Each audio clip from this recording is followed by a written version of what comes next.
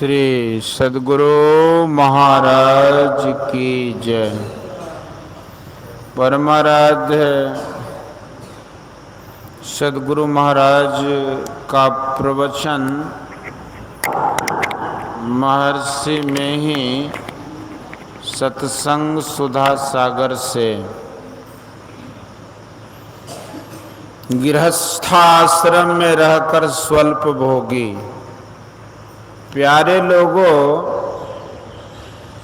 क्लेशों से छूटने के लिए मनुष्य को स्वाभाविक ही अंतः प्रेरण होता है। शरीर धारण करना ही क्लेशों का कारण है। किसी लोक में रहो, उस लोक में रहने योग्य शरीर धारण करके रहो। क्लेश से छुट्टी नहीं है। नरलोक हो, नरलोक को लोग प्रत्यक्ष देखते हैं और स्वर्गादिक लोकों के लिए पुराणों में पढ़ते हैं। संतों ने कहा कि ईश्वर की भक्ति करो, ईश्वर को प्राप्त कर लो तो सभी शरीरों से छुटकारा हो जाएगा, सभी लोकों से छुटकारा हो जाएगा और सभी क्लेशों से भी छुटकारा हो जाएगा। इसके लिए ईश्वर का भजन करो। भजन करने के लिए पहले युक्ति भेद जानो, फिर उनसे मिल जाने का अभ्यास करो। यही योग और ज्ञान है। इसको दृढ़ता से जान लो कि ईश्वर की प्राप्ति देह युक्त रहने से नहीं होता है। आवश्यकता यह है कि एक शरीर को छोड़ो, फिर दूसरे को, तीसरे को, एवं प्रकार से सभी जड़ शरीरों को छोड़ो तो ईश्वर की भक्ति पूरी होगी। जैसे आप जगन्नाथ जाना चाहें तो रास्तों को, गांवों को, नगरों को छोड़े बिना वहां नहीं पहुंच सकते। इसी तरह सभी शरीरों को छोड़े बिना परमात्मा की पहचान नहीं हो सकती। योग के नाम से लोगों को डरना नहीं चाहिए। ज्ञान को भी अगम्य न जानना चाहिए। योग मिलने को कहते हैं और ज्ञान जानने को कहते हैं। योग के बिना मिल कैसे सकते हैं और ज्ञान जाने बिना मिलेंगे किससे? हम लोग सत्संग करते हैं, यह ज्ञान का उपार्जन है, और ध्यान करते हैं, यह योग है। योग चित्त वृत्ति निरोध को भी कहते हैं। आप लोगों ने सुना होगा कि हठ योग में बहुत आसन आदि लगाने पड़ते हैं। घर को छोड़े बिना नहीं होगा। जो पूर्ण वैरागी होगा, ब्रह्मचारी होगा, उसी से होगा। किंतु संतों ने ऐसा नहीं कहा। संतों ने कहा कि हठ योग के किए बिना भी ईश्वर की प्राप्ति होती है, किंतु हाँ, संयमी होकर रहना होगा। तब गृहस्थ रहो या विरक्त रहो, दोनों से होगा। संयमी होने का आशय है मित भोगी होना। स्वल्प भोगी संयमी है। जो भोगों में विशेष आसक्त है वह भोगी है, उससे संयम नहीं होगा। दो तरह से संयमी होते हैं। एक गृहस्थाश्रम से दूर रहकर और दूसरे गृहस्थाश्रम में रहकर स्वल्प भोगी होते हुए। गृहस्थाश्रम में रहकर संतान विहीन रहे, धन विहीन रहे, ऐसी बात नहीं। संयम से रहे, अपना रोजगार करते रहे और संतान भी उत्पन्न करे। आप कहेंगे कि हम साधारण जन से यह संयम नहीं होगा, तो आपको ऐसा नहीं कहना चाहिए। आपके यहाँ ऐसे बहुत लोगों का इतिहास है जो गृहस्थ रहते हुए खेती करते करते, मुंशी का काम करते करते संत हो गए हैं। कबीर साहब ताना बाना करते करते संत हो गए। आज कितना उनका नाम है। विद्वानों से पूछिए, प्रथम कक्षा से लेकर ऊंची कक्षाओं तक उनकी वाणी पढ़ाई जाती है। कबीर साहब ने दिखला दिया कि घर में रहकर अपना काम करते हुए भी लोग संत होते हैं। कबीर पंथ के लोग उनका गृहस्थ होना नहीं मानते, किंतु और लोग उनका गृहस्थ होना मानते हैं। खैर जो हो, गुरु नानक देव जी के लिए तो यह प्रसिद्ध है कि वे गृहस्थ थे। उनके 2 पुत्र थे। श्री शंकराचार्य जी बिना गृहस्थ जीवन बिताए संत हुए, किंतु सर्वसाधारण के लिए कबीर साहब और गुरु नानक साहब का नमूना अच्छा है।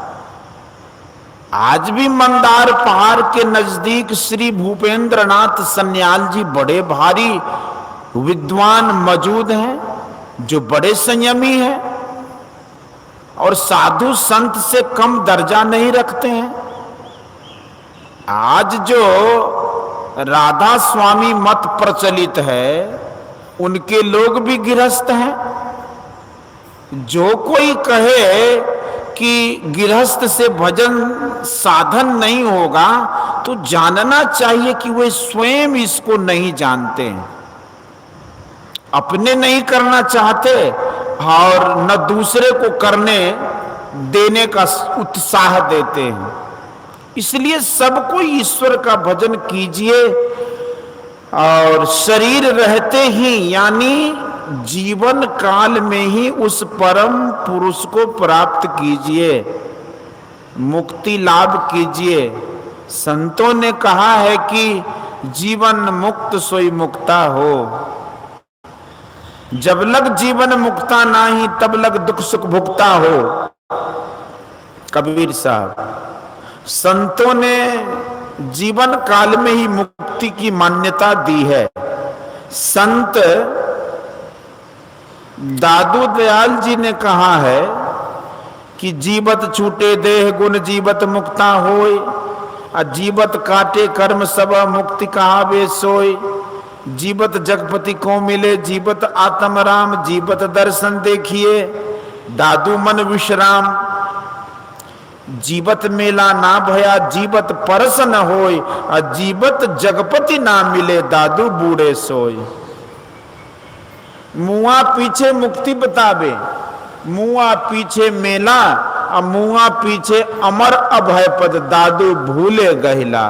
दादू दयाल, आप लोगों ने उपनिषद के पाठ में भी सुना कि मरने पर जो मुक्ति होती है वह मुक्ति नहीं है। आप कहेंगे कि गृद्ध शरीर छोड़कर भगवान के रूप को धरकर वैकुंठ चला गया, उसकी मुक्ति हो गई। तो जानना चाहिए कि यह असली मुक्ति नहीं है। मुक्ति 4 प्रकार की होती हैं।